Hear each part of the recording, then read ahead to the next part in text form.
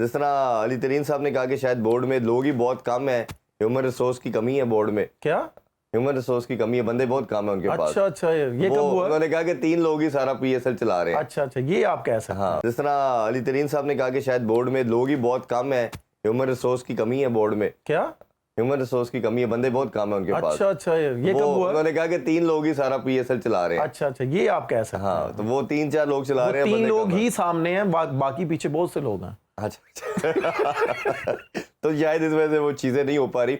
इसी कॉन्टेक्स्ट के अंदर ना अभी रिसेंटली जो सलमान इकबाल साहब का भी मैं इंटरव्यू देख रहा था, उन्होंने भी कहा कि अली तरीन की बातें ठीक है लेकिन टाइम ठीक नहीं था, ये शायद बाद में की जा सकती थी। पॉइंट ये है कि अगर ठीक है तो ये पहले होनी चाहिए थी, बाद में क्यों कर रही है?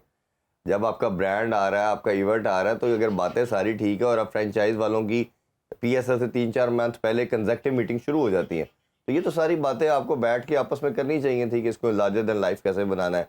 बट अनफॉर्चुनेटली ये हर दफ़ा के ये रोना है और हर दफ़ा ये बात नहीं है। देखें, जैसे पीएसएल शुरू हुई थी ना, और जिस तरह पीएसएल ने बूस्ट पकड़ा था, इसको नीचे नहीं आना चाहिए था। वो इसलिए कि माशाल्लाह बड़े बड़े नाम आ रहे थे, फॉरनर्स भी बड़े बड़े आ रहे थे, और हम लोग भी खेल रहे थे, पाकिस्तान के भी बड़े बड़े नाम खेल रहे थे, और फ्रेंचाइजें शौक से, आप ये कह लेंगे, प्लेयर्स को पिक करती थी और उनकी लुक आफ्टर करती थी, और प्लेयर उस तरह का परफॉर्म भी करते थे। नो डाउट कि पाकिस्तान में इतनी वो लीग नहीं हुई, अब जाके लीगें शुरू हुई हैं पाकिस्तान में, उससे पहले दुबई में होती थी। और मैं फ्रेंचाइजों को क्रेडिट दूंगा कि जितना खर्चा था, क्योंकि दुबई में होटलिंग और डेली लाउंसेस और ये सारी चीज़ें, मैं इसलिए मैं बार बार कह रहा हूँ कि फ्रेंचाइजों ने उस वक़्त अगर इतना खर्चा किया है, तो पाकिस्तान में रह के इनको पाकिस्तान में क्यों नहीं फ़ायदा हो रहा है, ये मेरी समझ से बाहर है। कि माशाल्लाह पाकिस्तान में इतनी कंपनीज हैं कि वो फ्रेंचाइजों को स्पॉन्सर कर रही हैं, वो क्यों नहीं करी?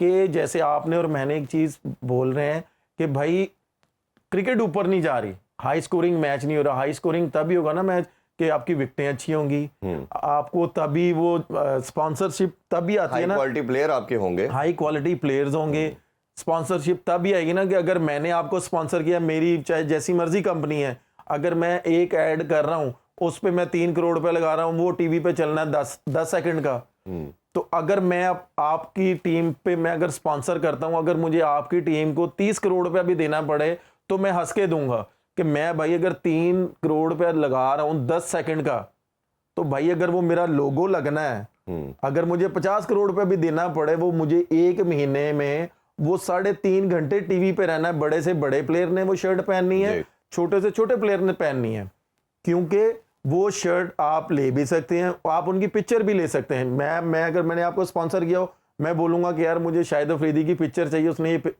शर्ट पहनी हुई है, मेरा लोगो नजर आ रहा है, मैं उसको जैसे मर्जी हाईलाइट करूं।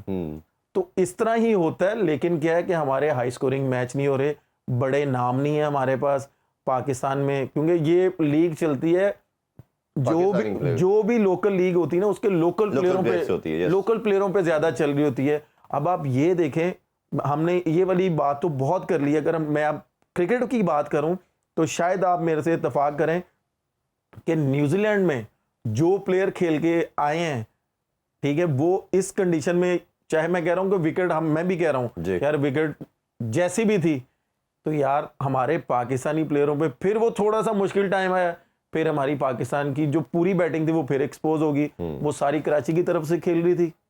ऐसा ही है। इसलिए आप आउट किससे हुए? स्पिनर से आउट हो रहे हैं, या तो फास्ट बॉलर से आउट होना तो समझ आती है, जैसे वार्नर को अच्छा गेंद हुआ, फिर वो जो उनका इनफॉर्म बैट्समैन था राइट हैंड जेम्स, उसको अच्छा बॉल हुआ, ठीक है। बाकी किसने किया मुझे आप ये बताएं कि अगर इस्लामाबाद की या वार्नर और वो खेल रहे थे, आप ये देखेंगे वो अगर बॉल बीट नहीं हो रहे थे, वो हर बॉल पे कोशिश कर रहे थे सिंगल करने की। अब आप मुझे ये बताएं कराची की तरफ से खुशदिल शाह क्या कर रहा था कि वो बॉल डॉट डॉट डॉट, अब वो उनका एक ओपनर खेल रहा है, वो सिंगल करके इधर आ रहा है। खुशदिल टी20 मैच में वो 4 बॉल डॉट करके 5वीं पे सिंगल कर रहा है।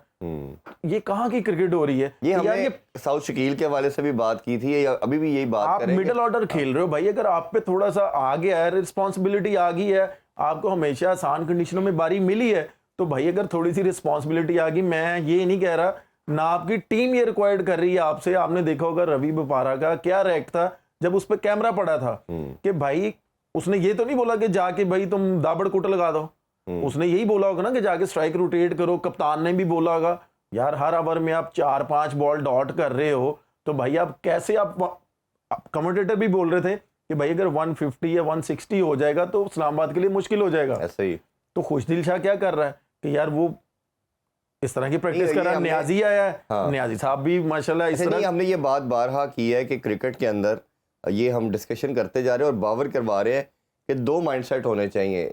देखिए एक तो आपने जीत के लिए जाना है, बिल्कुल, दूसरा आप ऑल आउट हो जाते हो। बिल्कुल ये जो क्रिकेट हमारे अनफॉर्चुनेटली 3-4 साल में पेनिट्रेट कर रही है हमारे मेन प्लेयर के अंदर कि रोकी जाना है।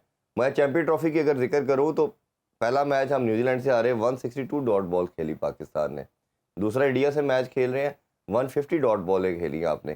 तो जब आप रन्स करने की कोशिश ही नहीं कर रहे, रन्स बना ही नहीं रहे, तो आप कैसे जीत सकते हैं? तो ये माइंडसेट इतना खतरनाक हद तक ये पेनिट्रेट कर गया। इरफान भाई ये देखें, मैं तो खैर इतना देखता नहीं था क्रिकेट में जब ग्राउंड से बाहर आता था, लेकिन आजकल आपके साथ बैठ रहा हूँ मुझे तो बॉल टू बॉल देखना पड़ रहा है। आप ये देखें कि मुझे खुद इतना हुआ कि यार अगर कराची मुश्किल में चला गया है और खुशदिल शाह 17वां ओवर खेल रहा है नसीम शाह का, और नसीम शाह ने एक बाउंसर किया है तो बैठ गया। तो भाई 50 ओवर का मैच थोड़ी है, तुम ऑलरेडी 20 बॉल खेल चुके हो, उसको ट्राई तो करो। फिर उसने फिर नेक्स्ट बॉल किया बाउंसर, उसको खेलने चला गया, वो इधर था और उससे पहले वाला बॉल थोड़ा सा ऑफ स्टंप पे, अगर उसको वो मारने की कोशिश करता, अगर कनेक्ट होता बाउंड्री लगनी थी, अगर ना भी कनेक्ट होता तो विकेट कीपर के ऊपर से चले जाना था। तो आपकी सोच ही ऐसी है, आप जब तक पॉजिटिव नहीं रहेंगे तो क्या फायदा। मुझे सिर्फ ये बता दें कि इस्लामाबाद ने क्या किया है, नेशनल क्रिकेट खेली, कुछ एक्स्ट्रा करने की जरूरत नहीं ऊपर से आप ये देखें हसन अली ने जिस तरह की बॉलिंग की है माशाल्लाह। मैंने जैसे पहले बोला है, मैं तो इसलिए उसकी ज्यादा बात नहीं करूंगा कि अल्लाह ताला उसको बस इसी रिदम में रखे, नजर ना लग जाए, उसको नजर ना लग जाए, क्योंकि मैं यही चाहूंगा कि माशाल्लाह जिस तरह का उसका रिदम आया हुआ ना, अल्लाह पाक उसको वापस पाकिस्तान टीम में लेके आए और पाकिस्तान के लिए वो फिर एक दफ़ा एक अहम रोल प्ले करे। जैसा मैंने आपको पहले बोला है कि मुझे खुद नहीं पता कि ये क्यों टीम से बाहर हुआ। जैसे अभी बाबर से नहीं परफॉर्म हो रहा तो इसका मतलब आप बाबर को इस तरह, फिर आप बाबर को भी बाहर कर दें। अगर आपने ये जो हसन की वापसी की बात कर रहे हैं तो हसन को रिप्लेस करके आए थे हारिस रऊफ, तीसरे नंबर के बॉलर, तो ऑब्वियसली आपके सामने यही बनते हैं। तो आप इन दोनों में से अगर आपको किसी एक को पिक करना हो और आपको क्या लगता है कौन सा बेस्ट पाकिस्तान के लिए रहेगा, क्योंकि शाहीन और नसीम तो न्यू बॉल कर ही रहे हैं। देखें अगर एट द मोमेंट अगर हम देखें ना, शाहीन थोड़ा सा स्ट्रगल कर रहा है जब से वो इंजरी से वापस आया। जैसे मैंने पहले बोला वो मेरा छोटा भाई है, मेरा जूनियर भी है। मैं तो सिर्फ उसको एक ही एडवाइस करूंगा कि अगर 5-6 महीने क्रिकेट बोर्ड से बात करे, माशाल्लाह वो हमारा एसेट है, ये आपको भी पता है, मुझे भी पता है।